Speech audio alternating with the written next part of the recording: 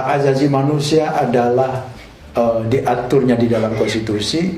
Pelanggaran hak asasi manusia itu adalah implementasinya, penegakannya di peradilan umum, gitu ya.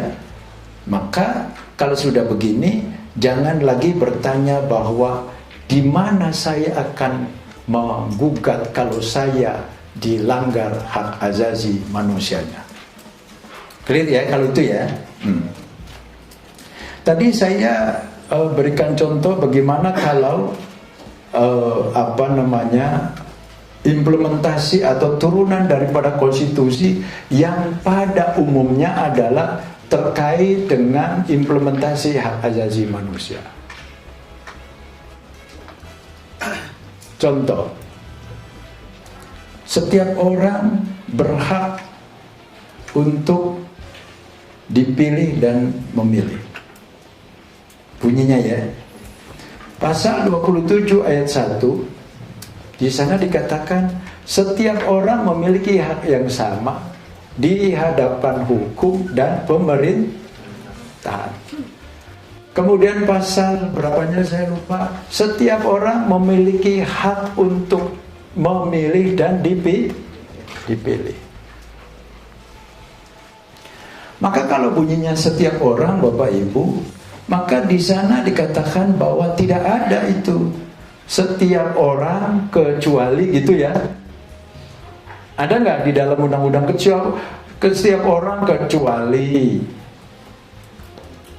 koruptor misalnya, kecuali apa gitu ya, yang kecuali, maka tidak boleh.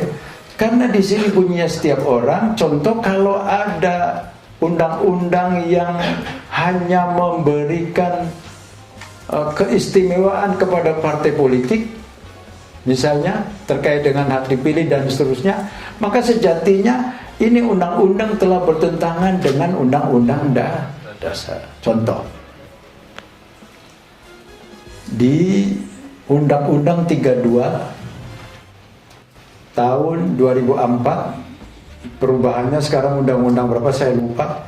Dahulu ada norma yang mengatakan bahwa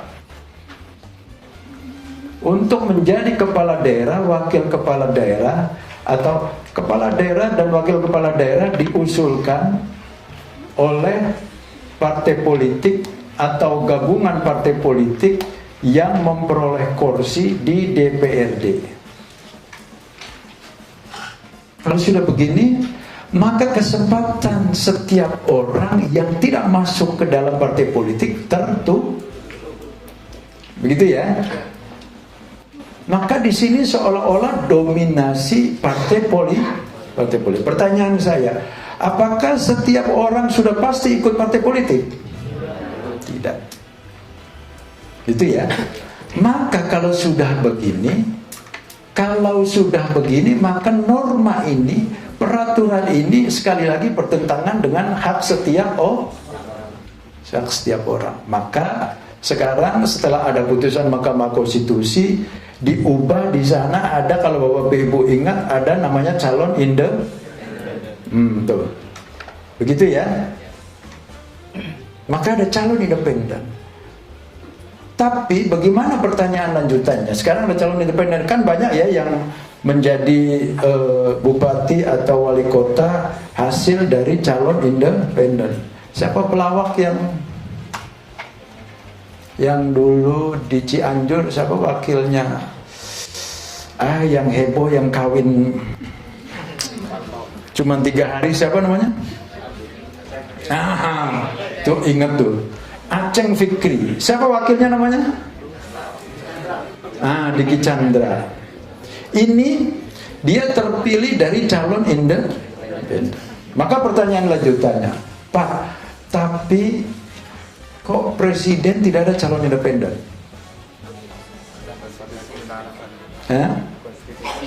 Nah, maka kalau saya ditanya, kenapa presiden tidak ada calon independen? Nah, inilah yang saya katakan bahwa konstitusi kita pasal 60A, apa yang disebut memiliki cacat bawaan. Pasal 60A, pasal 6A ayat 2, di sana dikatakan calon presiden dan wakil presiden diusulkan oleh partai politik atau gabungan partai politik sebelum pemilihan umum. Begitu ya. Nah, jadi Bapak Ibu, saya ulang sekali lagi bahwa kalau kita bicara hak asasi manusia, yang pertama kali kita pegang adalah apa yang tercantum di dalam Undang-Undang Dasar atau apa yang ada di dalam konstitusi. Terima kasih sudah menonton video ini. Jangan lupa subscribe, like, komen, dan share untuk terus mendukung channel FHP Law School memberikan informasi seputar dunia hukum.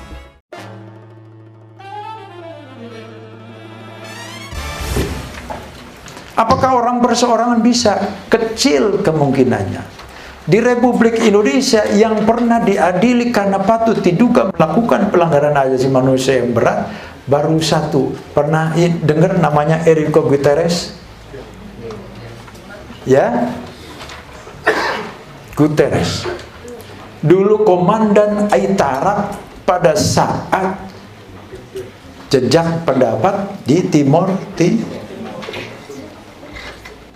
gitu ya, baru satu-satunya, dan dia dihukum maksimal 10 tahun. Ancaman hukuman minimal, ancaman minimalnya kalau pelanggaran hak asasi manusia yang berat itu adalah 10 tahun. Ya, Enrique Guterres berani sekarang ke Belanda? Nggak berani, Pak. Karena patut diduga pengadilan terhadap Enrique Guterres, menurut catatan yang saya baca, bukan kata saya ya, catatan yang saya baca, patut diduga pengadilannya dianggap kurang serius. Begitu ya Bapak Ibu ya. Nah, kalau sekali lagi, kalau sifatnya sistematis, meluas, ada komando, ada senjata, ada perintah, saya ulang, tidak perlu ada korban. Jelas ya? Tidak perlu ada korban. Mau korbannya satu yang meninggal, maka patut diduga itu pelanggaran hak asasi manusia yang berat. Maka lihat di Myanmar, siapa namanya? Aung San Suu Kyi terhadap Rakhine State, warga negara Rohingya. Coba, untuk mendapatkan penghargaan Nobel itu bukan barang mudah. Ya, bukan barang mudah untuk memperoleh penghargaan Nobel kepada Aung San Suu Kyi. Tetapi begitu dia membiarkan adanya kejahatan terhadap kemanusiaan, adanya genosida yang mencerabut orang, menyuruh orang pergi, begitu ya, maka piagam Nobel itu dicabut. Bayangkan, ini kalau tidak diselesaikan, Aung San Suu Kyi juga bisa nanti masuk ke dalam jajaran orang yang akan diincar oleh International Criminal Court. Clear ya? Pertanyaan lanjutannya, di mana itu pengadilan hak asasi manusia yang saya katakan bahwa ini dalam rangka mengadili pelanggaran hak asasi manusia yang berat? Siapa yang sudah pernah sidang di Pengadilan Negeri Jakarta Pusat? Pengadilan Negeri Jakarta Pusat pasti bunyinya Pengadilan Negeri Jakarta Pusat, Pengadilan Niaga. Gitu ya, tipikor. Pasti di bawahnya Pengadilan Hak Asasi Manusia. Begitu ya. Tapi kalau yang di sini nggak ada. Di seluruh pengadilan. Kalau di sini di seluruh pengadilan, orang yang sedang diadili karena melakukan penganiayaan, sejatinya sedang menegakkan hak asasi manusia. Karena setiap orang berhak untuk bebas gitu ya. Ya paham ya, gitu ya. Maka tadi saya ini dulu biar tidak ke sini.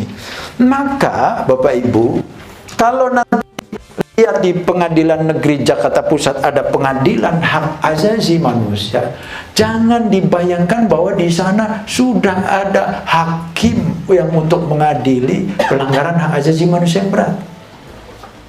Hakimnya belum ada, jaksanya belum ada. Begitu ya. Karena apa? Kalau sudah ada, maka itu hakim dari mulai diangkat jadi hakim untuk mengadili pelanggaran hak asasi manusia berat sampai pensiun, jangan-jangan nggak pernah sidang, Pak. Begitu ya. Karena apa? Ini saya contohkan. Ini yang tadi saya cerita, dari mulai peristiwa 65, 66, Sari, Semanggi 1, Semanggi 2, Trisakti, kemudian di Aceh, Simpang KA, Jambu Kepok, dan seterusnya, Papua, Wasior, Wamena, dan Paniai. Kok Bapak hafal sih? Kerjaan ya. Kebetulan saya di pemerintah juga ditunjuk sebagai ketua tim terpadu untuk penyelesaian pelanggaran HAM berat yang terjadi pada masa lalu melalui mekanisme non-yudisial. Jadi penyelesaian adanya dugaan pelanggaran HAM berat itu bisa diselesaikan melalui mekanisme yudisial dan mekanisme non-yudisial. Nah, saya ketua tim terpadunya, makanya apal yang kedua ya kerjaannya hari-hari ya. Oke, saya contohkan. Ini peristiwa yang tadi saya contohkan terjadi pada masa lalu. Kalau masa lalu ukurannya apa sih? Masa lalu itu ukurannya sebelum Undang-Undang 26 tahun 2000. Begitu ya Pak ya? Undang-Undang 26 2000 itu tentang pengadilan hak asasi manusia. Sebelum ini, maka semuanya itu disebut peristiwa pelanggaran hak asasi manusia yang berat masa lalu. Contoh, ini semuanya terjadi pada masa lalu. 56, apa sih Pak ngomonginnya 6566 bukan ngomongin PKI gitu. Ya gitu ya, saya nggak mau terlibat omongan PKI. Karena kalau sudah ngomongin PKI nanti jadi politis, jadi ini, jadi itu gitu ya. Mendingan ngomongin 6566. Karena kalau ngomongin PKI, siapa yang jadi korban? Karena di samping PKI sendiri, ya kiai dari NU, ya kiai dari Muhammadiyah, ya tentara, ya polisi, banyak juga yang meninggal. Maka saya katakan, ganti saja istilahnya. Peristiwa 6566. Terima kasih sudah menonton video ini. Jangan lupa subscribe, like, komen, dan share untuk terus mendukung channel FHP Law School memberikan informasi seputar dunia hukum.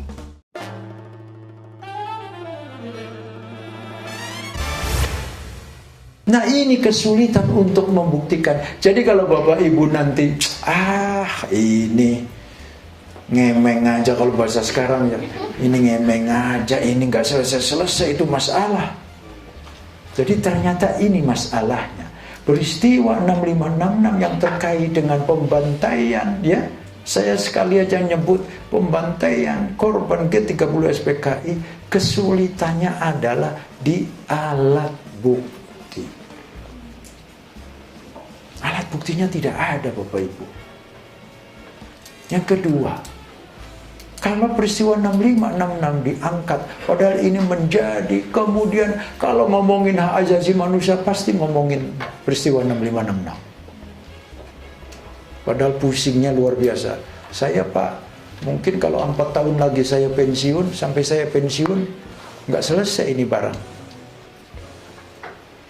Akan dicatat jadi dokumen, oh Dirjen HAM nggak selesai ngurusin pelanggaran HAM berat pada masa lalu. Ini masalah. Yang kedua, peristiwa Talang Sari. Bapak Ibu mungkin kalau baca dokumen, selalu orang mengatakan bahwa peristiwa Talang Sari melibatkan aktor intelektualnya yang diduga adalah Hendro. Nggak apa-apa ya, ini jadi pengetahuan umum ya.